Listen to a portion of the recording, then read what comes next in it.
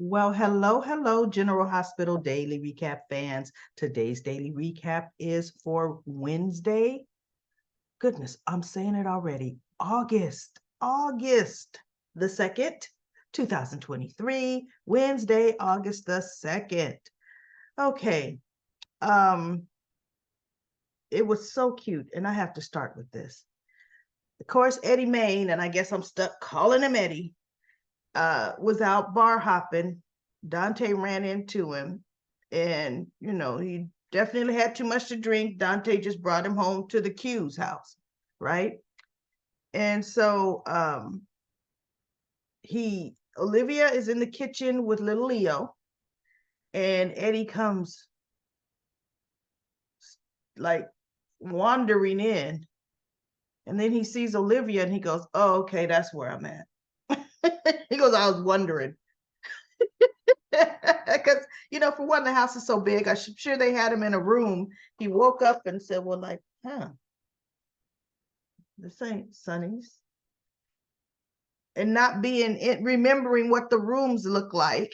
He's like, but then made his way to the kitchen, and there he was. And so Leo says, so Olivia says something about um, he had a hangover. And so Olivia asked little Leo, because Leo said, "What's a hangover?" And Olivia's like, "That's when adults actually drink too much and, overdo it, and then they don't feel that well in the morning." So she goes, "Leo, can you go to the ice box, the freezer, and get a ice pack?" So Leo looks at Ned slash Eddie and says, "That means she wants to talk to you alone." Right? So soon as Leo leaves the room, top left, there Olivia goes. She's going off a deep end. And when are you going to get it? Have you looked in the mirror and seen how old you are? Which was funny. Really, all he's remembering is this young Eddie Main, yet he has no memories of the past 40 years, right? Like, how did I go from what I remember to this old guy? He don't even want to think about that because he has no memories of Eddie. Only memories he has of Eddie was in the 80s. So anyway, he's like, she goes, and did it dawn on you as you were, he goes, I was going, to different, he goes, that's a boy, that's a little too ritzy for me. So I, started going to different, she goes, dive bars, right? And he goes, yeah, it's more my speed, more rock and roll, more my speed. So she goes, and while you were at these dive bars, did you look around and see anybody? Did you look around and see anybody your age there? Any grandpas in the room? And he looked at her. He goes, I could not possibly be a grandfather. And so she goes, technically, technically, you're right. Because Brooklyn, his only child, has not had a child. So technically, he's right. But Brooklyn is definitely of age. And if he were to count her grandchild, which he doesn't have to, because Rocco is way older than Leo, right? And so he goes, you know what? You know what? He said, there is no way. I don't care if I'm this Ned. There is no way I could ever fall for a Saru like you. And she looked, and Leo had come in at that time. Or Leo hadn't come in. He stormed off, right? Because she had actually offered him breakfast before the hangover situation. And he storms off. So she's now, see, and I'm like, Olivia, oh my God, groupie it up. Stop wearing grandma dresses. Get in a nice, put some leather on, dress more sexy. For one, Ned is attracted to you deep in his soul and in his heart. But all this nagging and yelling and just take a tip from Leo.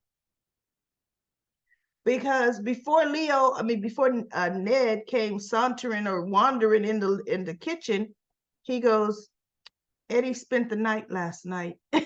He told Olivia. She goes, yeah, I know. And she heard him come in, right? Dante bring him in. And so Leo said, Mom, when is Dad coming back? I miss him. She goes, I miss him too, honey. I don't know. And that's when he kind of wandered in. And so Leo says, hi, Eddie.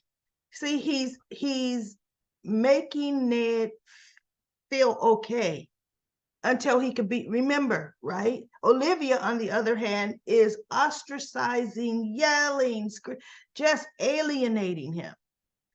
So when little Leo comes back in the room, because Ned stormed out, he came back with the ice pack. He says, where's Eddie? And she goes, he went up to his room to sleep it off, right? So Leo, she was crying, and and he's like trying to comfort her. But she wasn't boohoo crying. She was trying to suck it up because Leo came in. So then later, it shows, when we come back, little Leo is at the table looking at his animal book, and Ned comes and he goes, hey kid, would you like to teach me some more about these animals? And he looked at him and he slammed the book shut and he goes, you were mean to my mother. Like, why were you mean to my mother?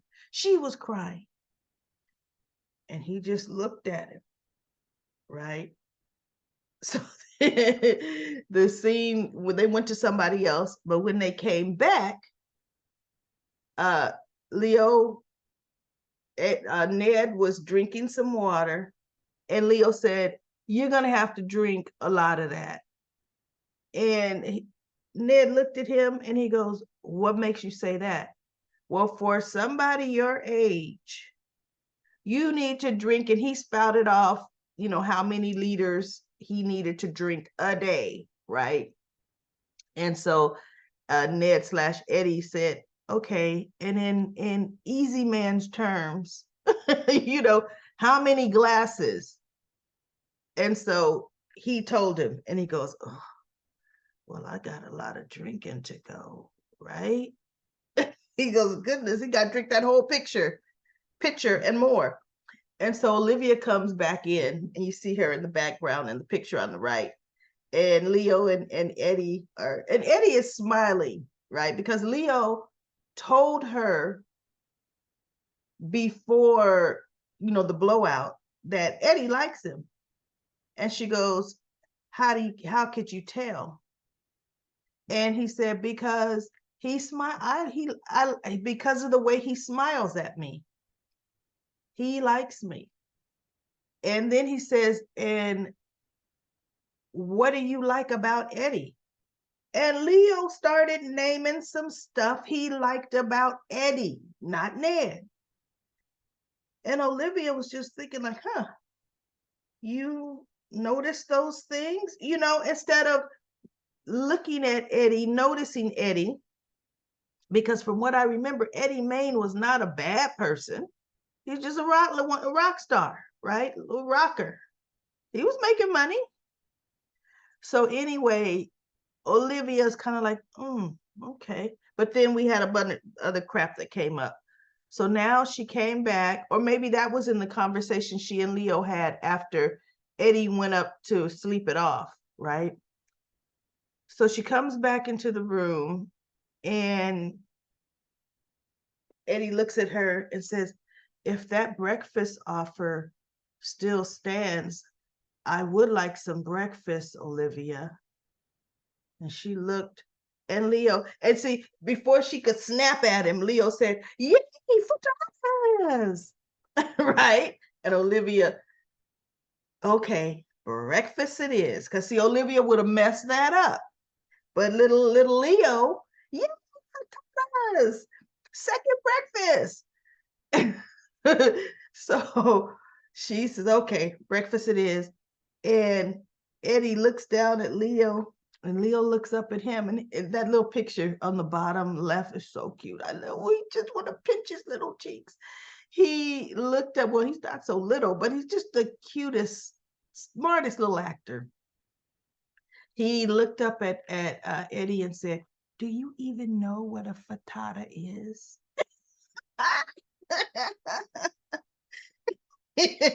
And then the actor, he's looking down at him and he's smiling. He goes,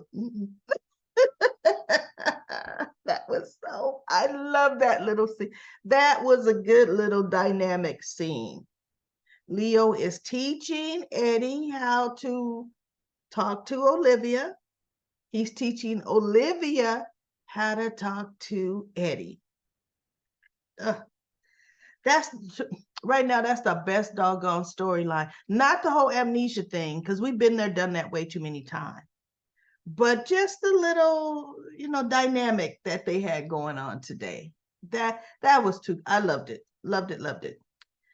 So then we had, let's see what we have going on here. We had Tracy makes up an excuse to go to the office. Maxi is trying to put out every fire in the book.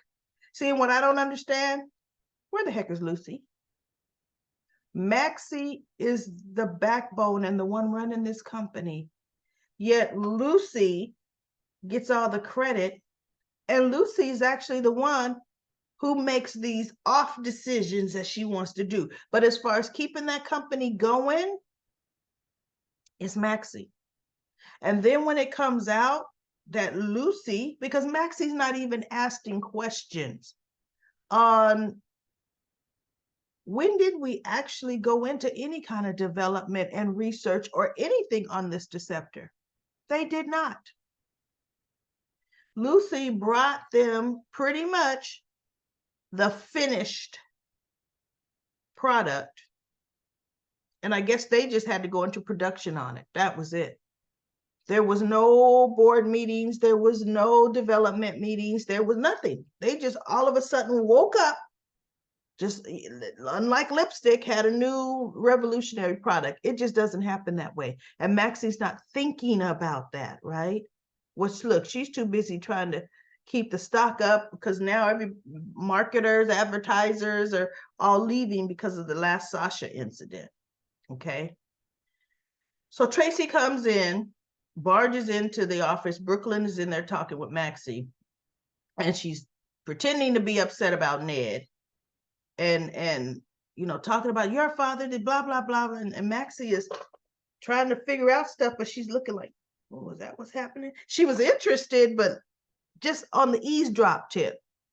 So Tracy goes, what do you think about this, Maxi? What do you think should be? And Maxi looked like, you know what I think? I think I need to get some coffee. Because she's like, I ain't getting in this. I got too much on my plate. So she puts the paper and pen down that she had. She runs out. She goes, I take it you guys don't need any coffee. Good. And she ran out. And I thought, well, for one, I would never leave Brooklyn and Tracy in my office again, Maxi. Yes, even though the files now are under lock and key, the deceptor information, right? But other company information is there, right? Numbers, because Maxi was going over them, who's pulling out and all this stuff. So as soon as Maxi walks out, Tracy shuts the door. I thought she'd never leave. Okay, now, what else do you have for me? I need more information. And when Tracy did that, I thought, you know what? How stupid are you, Tracy? Or how stupid are they making that whole scene? Brooklyn lives in the same house that Tracy lives in. Lives there. Tracy could have asked her at the house. Last night, early this morning, anything but herself coming in to the office, right? That was ridiculous. So Tracy's looking through some paperwork. I need information.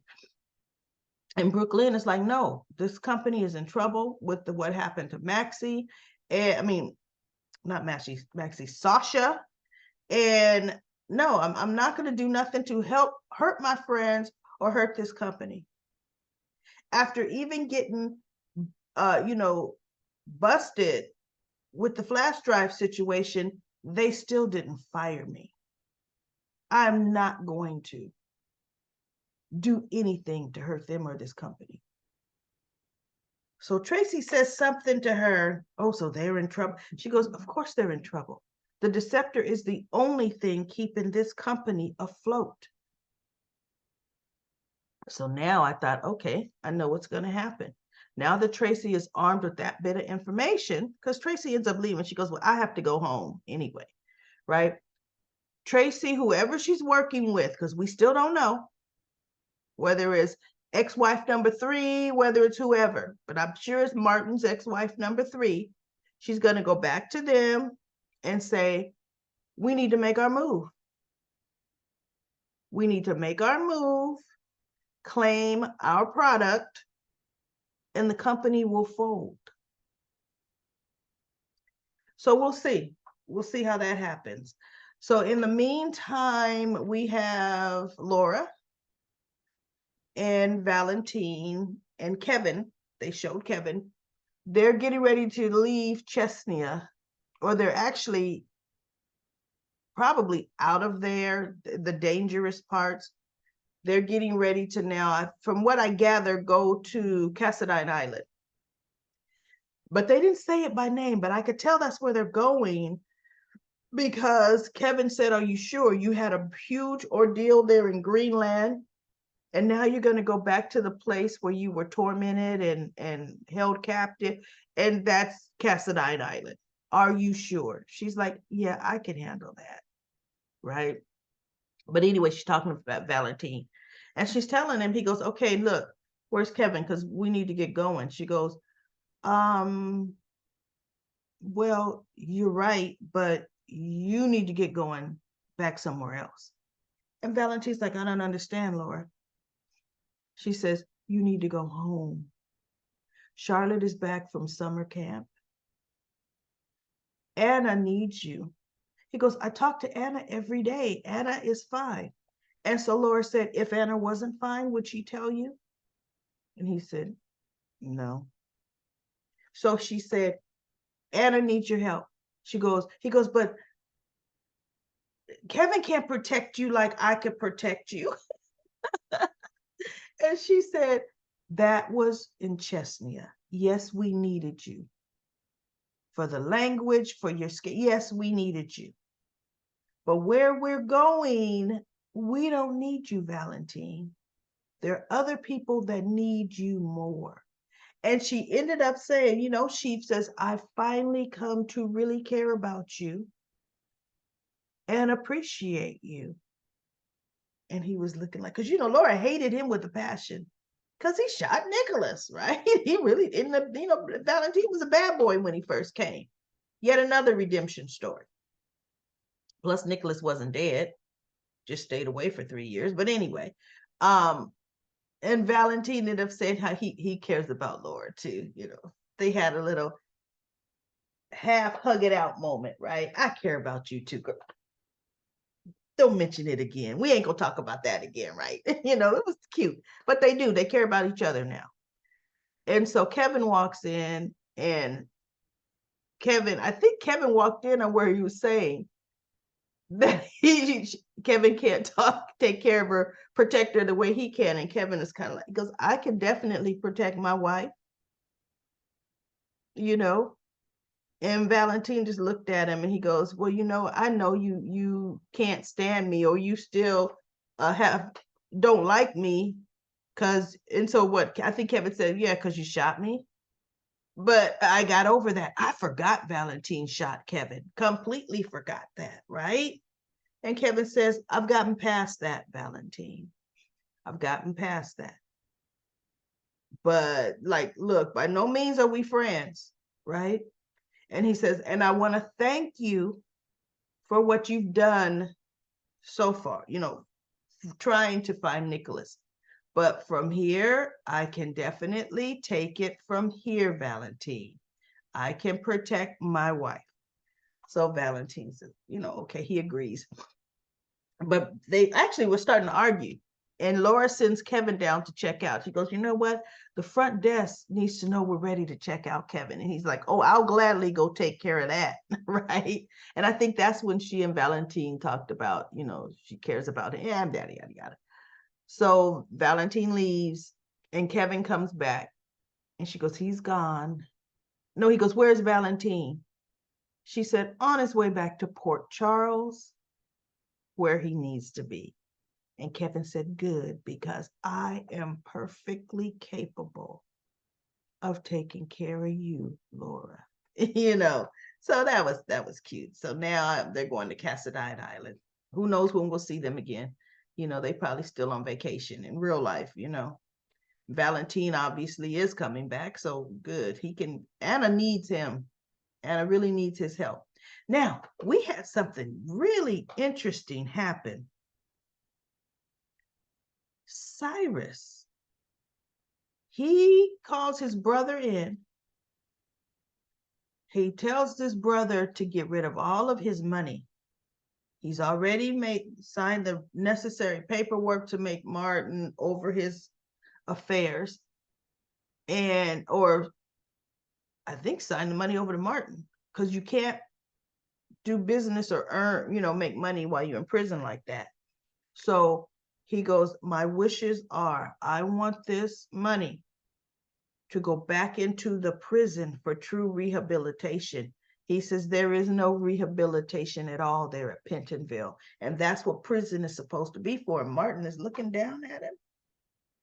Like, wait, by chance, when you had that heart attack, did you fall and hit your head, brother? And he, then Cyrus always spouts his little Bible passages. And he goes, no. He goes, while I was about to meet the maker above, and he was talking about the white lights and all that. And he goes, what pulled me through was my dear sister. And then he looked at Martin and my brother, of course, and mama. He didn't see Martin or his mama, right? But he threw them in.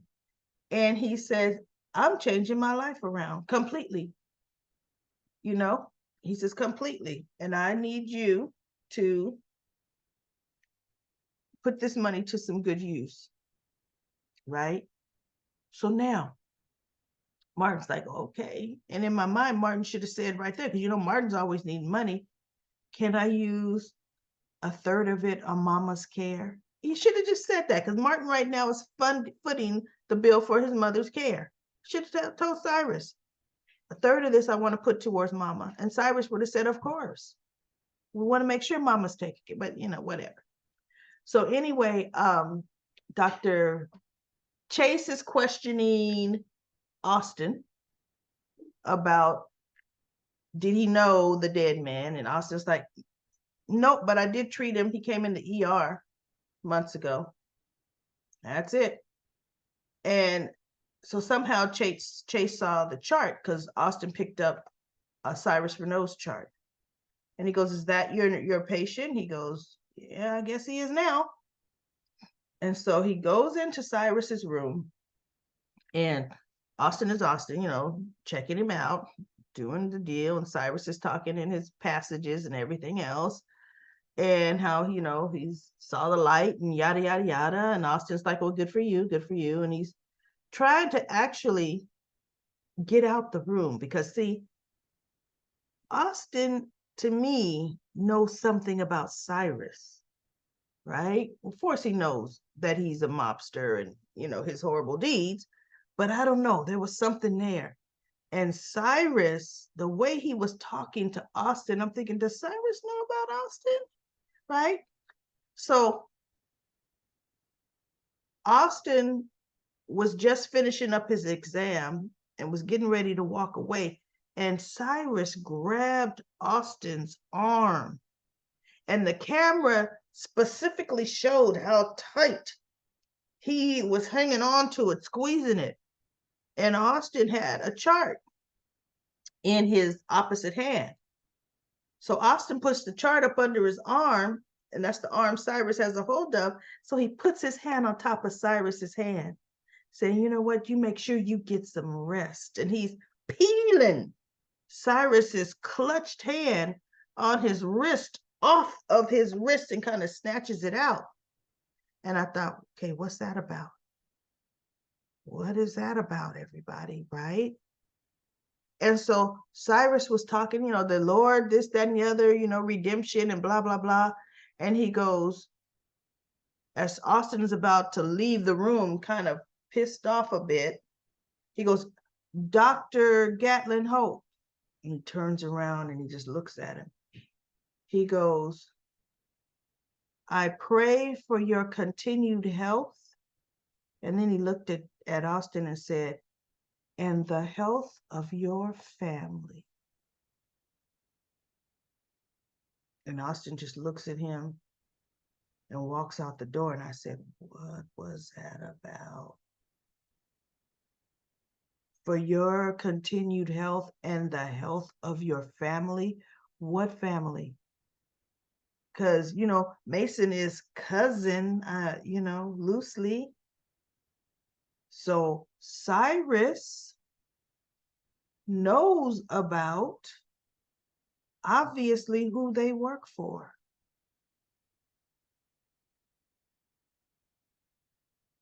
Because it's definitely a female. They're not working for Cyrus, but Cyrus knows. What's interesting, Olivia Jerome is in Pentonville. I don't know. I don't know where they're going with this. You could tell this here, what's happening here, or what happened here, is some kind of new writer twist. They're bringing in something here. And it's got me thinking, I'm thinking, whoa, what's happening?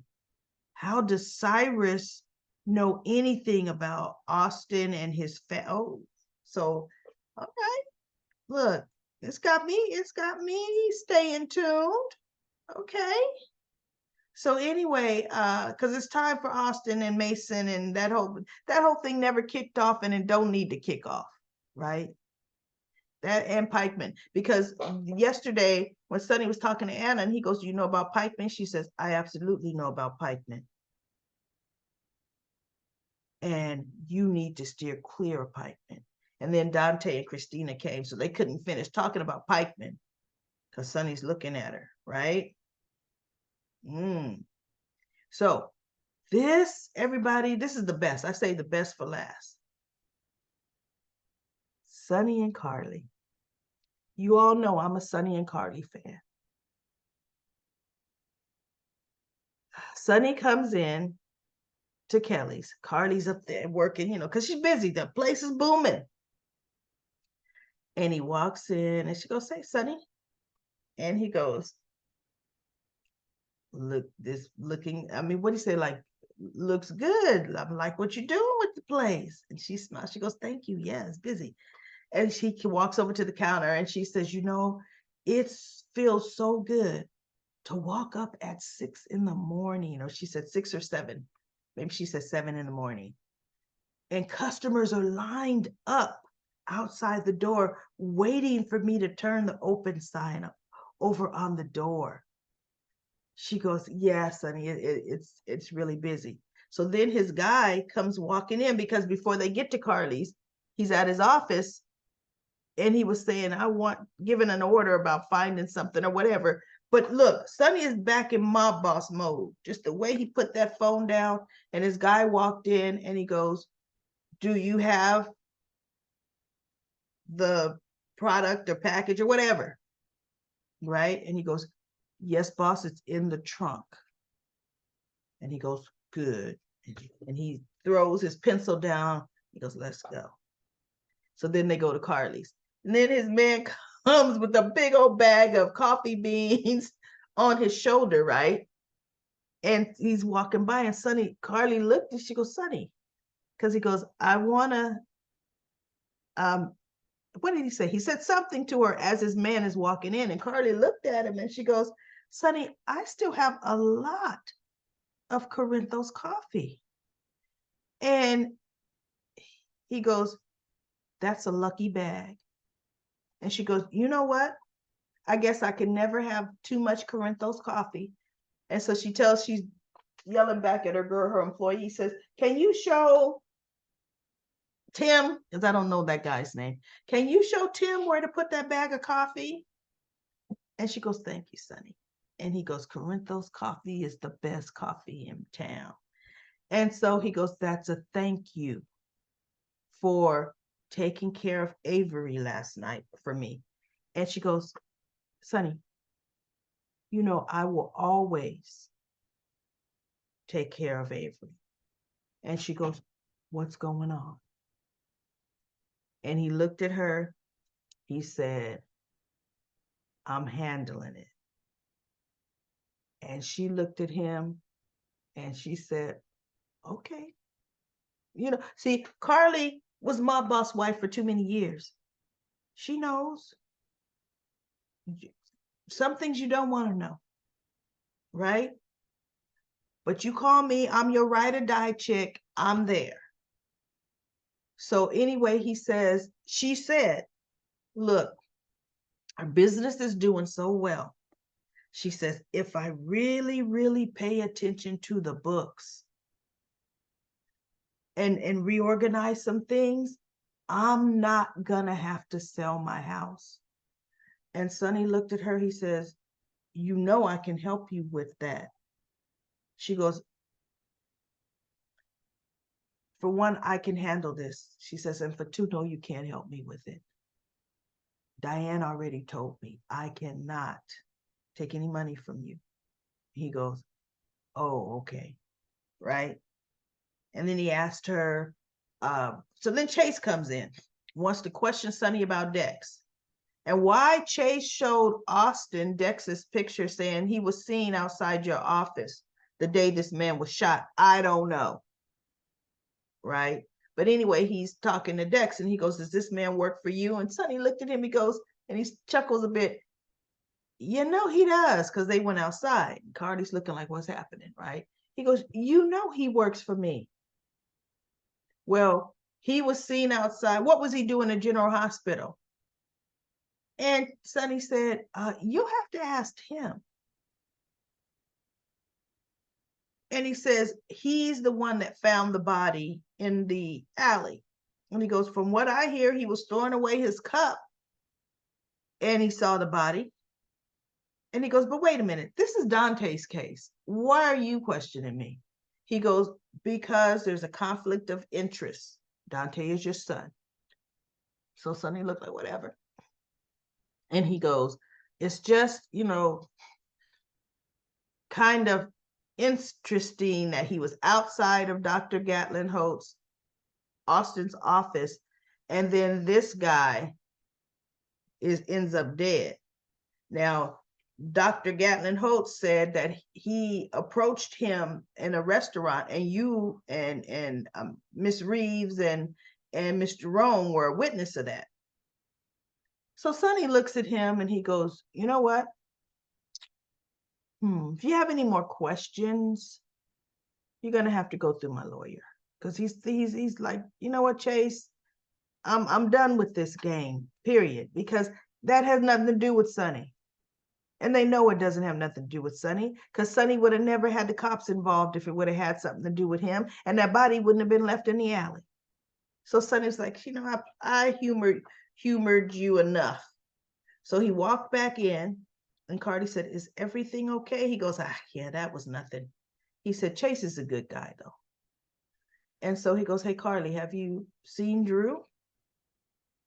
And she looked at him, and she goes, yes, I have. And so Sonny says, is he doing good? And she goes, yes, he is. And she got a little teary because Sonny said, Carly, I want you to know I'm very proud of you. And she looked at him and he goes, you were hit with a lot and you have bounced back and you are doing well. And she said, did you think I was going to cave? And he said, look, you know, I've come to know you. And I knew you were gonna take everything thrown at you and you're gonna come out on top. And he goes, you're doing a good job. And she just looked at him and she goes, thank you, Sonny. A little teary-eyed. And he's just looking at her like, yeah, I really appreciate you. Because she told him, you know, Ava came by. And at one point she was threatening to take Ava. She goes, Ava can't stand that nanny, Sonny. Jocelyn doesn't trust that nanny. And she goes, and I know you. I know you don't trust her. He goes, I got everything under control. And Carly's like, okay, you know, I'm not asking not one other thing because Carly's like, cause see, I still got Pilar, right? Pilar is taking care of my children or my little girl Donna. So just the look, and Sonny's like, you waiting on the lunch crowd? And she goes, yeah. And he goes, okay, I'm gonna take off. And I thought, wow, that to me was one of the most tender scenes I've seen between the two of them since he came back home. I mean, when she found out he was alive, she was overjoyed, but still shocked, shell shocked, right? But this is after everything is all said and done and settled down. Those two are still so connected in ways you can't believe, because what was so interesting is Nina and Ava are besties. Avery is 100% comfortable with Nina. But for one, you see, he didn't have Nina have Avery do a sleepover at her place because Nina still lives at her house. I mean, her penthouse or place, Ava's old place, because really that was Ava's place first. And then Nina bought it. And Ava just pretty much back and forth from there. He could have said, Nina, can you do a girls' night with Avery? Nina would have done it. Avery likes Nina. But no, he didn't. Nina don't know a clue what's going on because she can't keep her mouth shut. She cannot keep her mouth shut. And Sonny knows that. So anyway, I'm liking what I'm seeing. I'm liking the vibes I'm seeing. It's a slow workup, or slowly they're ending up back in each other's orbit more and more and more. And I'm loving it. So let's go to comment corner. And in comment corner, got some great comments. Catherine says, I just realized Aiden is Sonny's nephew and Molly's half sibling. So why no interactions or acknowledgement? Well, Catherine, because they're not related at all. Aiden, if we're talking about Elizabeth's Aiden is Lucky and Elizabeth's son. Remember, for a while there, Nicholas was claiming him, but it ended up really being Lucky's son. Elizabeth and Lucky are not related to Sonny at all. Lucky and Carly are cousins. Okay. Now, Molly is Sonny's niece because Molly is Rick Lansing and Alexis Davis's daughter. So Rick and Sonny were brothers, half brothers. So Molly is Sonny's niece. So no, there's no interaction between or mention of Aiden between those two because they're not related to Aiden. Now, Lucy says, I agree with you, recap lady. Molly is trying to sound younger by making a baby voice. I could tell that's not a real voice. And then we have I am says, I like Sonny and Anna like friends and partners, but not a couple. Sonny will end up with Carly again. Nina is going to be found out. I'm surprised the video of Nina and Martin, because Nina and Martin were talking there where Ned overheard, right on that little patio area. Surprised that the video of Nina and Carly, Nina and Martin was not brought up by Chase. And then the fact that Chase saw Nina watching Ned fall. She never said anything. You know what? I don't understand why Chase dropped the ball with that. You seem to be walking around everywhere else asking questions. Asking Sonny, why did your man call the cops? Oh, get out of here. He should have called the cops. Dex did what he should have done, supposed to have done. So then PE says, I wonder if something will happen with Christina the next time her car dies, because why would they even add it to the story? You know, I was wondering that as well. Like, okay, that's random. And then Shaletta says, me too, it was strange. Leola says, we use the back door as the main door. That is what my friends and family use when they come to my house or we go to theirs. What state do you live in? I mean, you know, that could be a regional thing. I live in California, and backdoor entries are not the norm. They're not the norm here. So perhaps in other states you could be right. Back doors are the welcome door. I don't know. DB says, how many more near-death scenes must we endure in such a short span? Curtis and his mom was the worst. I didn't like that either. I would comment on Molly and TJ, but IDC, so I think that means I don't care. So whatever. I know, huh? For some reason, the new Davises are not flowing. I love the only other person in the world Ava trusts besides Sonny is Carly with Avery. But I think that Ava is enjoying having Sonny to herself without Carly's interference. You know what is funny? You did notice when Ava was talking to Sonny about, why'd you bring Carly into this? You notice she didn't say, you could, I would rather Ava had Avery. Even Ava didn't say that, right? We need somebody that's gonna lay down her life for my daughter, and that is Carly. And then Leanne says, this Molly recast situation just doesn't work.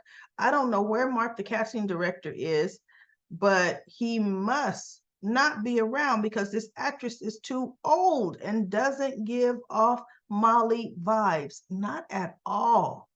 I also don't understand how a couple like Molly and TJ, who couldn't even come to an agreement on getting married, suddenly are interested in having a baby. I know. Yeah. And then Linda says, I forgot to bring up this. Why would Sonny call Carly instead of his fiance, Nina? Because he knows that Carly will protect Avery and not ask him questions. Sonny trusts Carly completely when it comes to his children. I'm just saying. As a matter of fact, he trusts her with all his business because he knows, because that's how deep their bond goes. Sonny and Carly forever. I know I like that too. DB says, Carly said what she said, she will get it all back. I can't wait. I'm tired of Nina and the bags under her eye. I don't know about her. Don't get mean now, DB. And then I am says, agree. Linda says, I saw what you were saying about Sonny and Anna. So could it be chemistry between the two? I would cheer them on if it did happen, because Nina has no clue. Nina is not a fit for Sonny, point blank, period. Also, I think Cyrus is actually changed for the better. I hope so, because I like Cyrus. You know what? I don't know about change for the better. but he's not going to come back and do the bad that he did. Cyrus is got some other things in mind, right? Ron says Carly and Ava would have been, that would have been a good cat fight. She gave Carly that old Ava look. Carly was ready and not afraid. I am said Carly will never back down from a fight. I would have loved it. Now, you know what? I would not have loved that. And I'm going to tell you why. Carly is going to protect your daughter because this whole thing is going to get worse before it gets better. You going to catfight somebody? It better have been the chick that slapped you and made your head spin around on your neck. You going to fight somebody, it better be her. Because see, she don't know you like we know you, Ava. And I don't care who got your mama. You don't ever let somebody come into your orbit like that and just disrespect you. And see, it would have been, that chick would have been up on the floor. And I would have been calling Austin and Mason. Because he, remember, she has Mason's number because he made her give him his phone, which I didn't understand that. And he put his number in it because he wanted to make sure she had his. I'd have called them both up and sent them the picture and said, you let your chick know she ever thinks she's going to put a hand on me again, I'm going to do worse. Oh, I would have let them, that ain't flying. Not from some young, just, who are you, right? So anyway, no, step into Carly better not have been it. Ava had too many other situations she needed to step to somebody with, right?